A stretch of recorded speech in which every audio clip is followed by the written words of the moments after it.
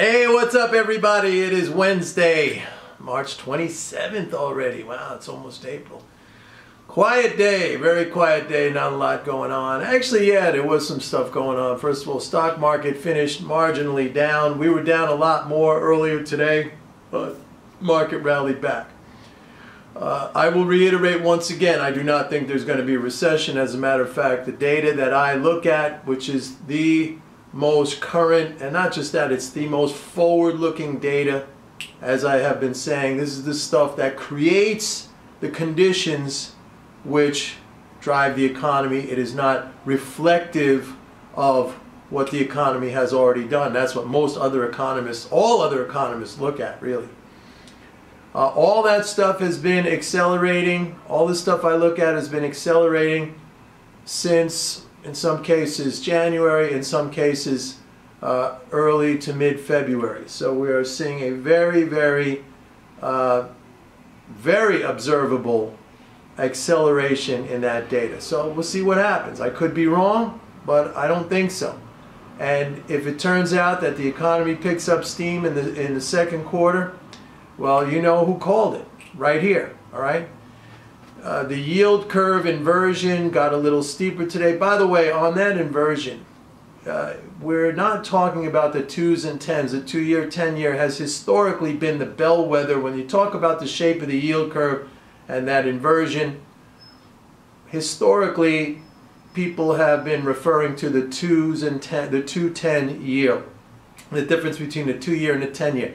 That is positively sloped. That is not inverted. All right, so we have a phenomenon going on that I don't think, I don't know if it's never happened before, but it is pretty rare. Again, I gave you my explanation for it. My explanation is that the debt ceiling, because the government cannot sell new securities, there is a shortage. And when you look at the trade balance, so negative, a lot of dollars out there in the world, they need to be stored in an interest-bearing instrument. They got the debt ceiling, so it's all this technical, it's like a perfect storm of technical factors coming together, and that is what is driving this. That is my take. Okay, a lot of it also is speculation. It is people now buying bonds on the belief that there's going to be a rate cut. Somebody emailed me a thing today saying that there's a prediction of a 50 basis point cut by the Fed very soon, which I highly, highly doubt. If you look at the Fed Watch tool on the CME, which is the where the Fed fund futures are trading and what the probability, the implied probability is based on where they are trading, you're talking about a 42% chance of a rate cut at the September meeting. That's the highest probability. At the October meeting, it's a little bit less, maybe 40%, and it kind of drops down. But the highest comes at that, for some reason, at that September meeting, 42% probability. So it's not even a 50% probability, but it is a 42% probability of a 25 basis point rate cut at the September meeting. We'll see. If the economic numbers start to pick up, that expectation is going to disappear very quickly. All right, that expectation will disappear very quickly. You'll see a big reversal in the bond market. I happen to think, I mean, if it wasn't for the debt ceiling, this would be a no-brainer call that you have to sell bonds. All right, that you have to buy yield. That yield would be going up. And by the way, back on March 1st, I sent out, and I probably did a video on this because I do a video almost every day. On March 1st, I sent out to my subscribers, and I do think that I made a video about this.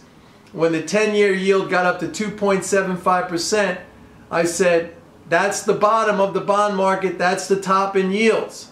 I said, you have to short the yields and buy the bonds. And I have that email. I'd be happy to show it to people. What else? Last night, the RBNZ, the New Zealand Central Bank, they went dovish like everybody else. So they were the last major central bank to go dovish. They're all doing the same thing. This really highlights it should highlight to you the groupthink of these people. They all think exactly the same. They all do exactly the same. Once the Fed stopped its rate hikes in January and then went on to say they're actually going to stop their balance sheet unwinding, everybody now doing the same exact thing. And I said this already a number of times, that the whole world is going full Japan, right? Japan's been doing this for 20 years. They bankrupted their banks, dumping trillions upon trillions, maybe quadrillions of yen onto bank balance sheets.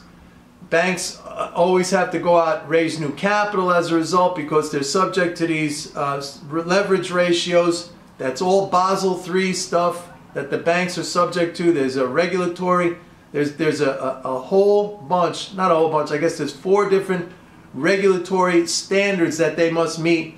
Leverage ratios are one of them, and reserve balances, they messed the whole thing up. They messed the whole thing up.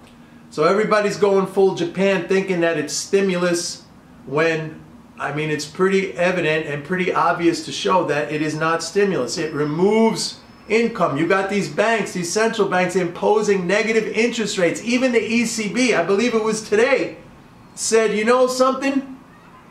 We ought to be thinking about this negative interest rate stuff because, it seems to be hurting the earnings of the banks. No kidding, really? You just figured that out now? You see who is running these institutions, people. I mean, really, if you sit back and you think about it, it's an amazing, amazing thing. These people know nothing. It's not even that they know nothing. Their ideas are so destructive. Destructive. Counterproductive to anything they're trying to do. Anyway, last night RBNZ went dovish in its comments. They tanked the New Zealand dollar. Now, the New Zealand dollar has been one of the strongest major currencies, if not the strongest major currency against the US dollar. It has been leading the way up against the US dollar. Now, it lost a lot of its gains last night on that position taken by RBNZ. I suspect it will come back up, okay? It took a drubbing, believe me. I am long New Zealand dollar.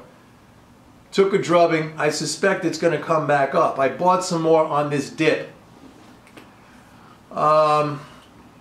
Today the EIA Weekly Petroleum Status Report came out. As always, every week I sent out my analysis of that. If you want the analysis, please go to my website, sign up for a 30-day free trial of MMT Trader. By the way, on that RBNZ and the decline in the New Zealand dollar, my service, Zombie Trading, I don't talk about that a lot here. I should, actually. Zombie Trading had my subscribers short going into that RBNZ meeting.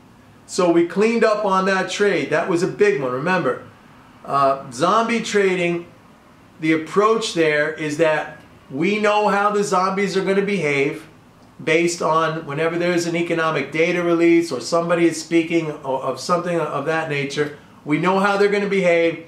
We front run the zombies. We take their money and then we get out.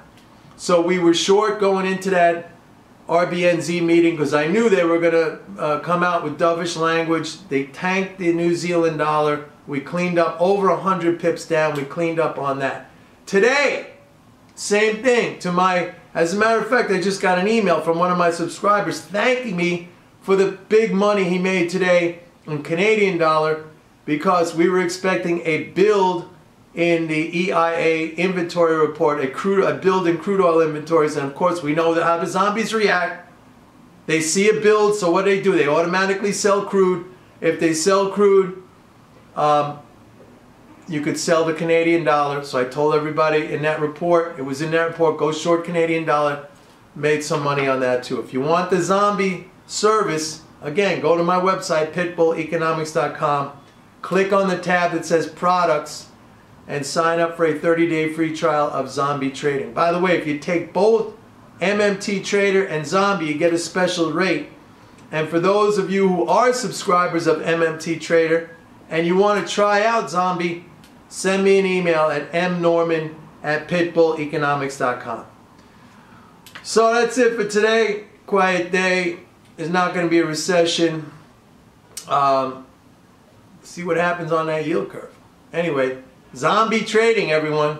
It's kicking ass. All right. See everybody later. Bye-bye.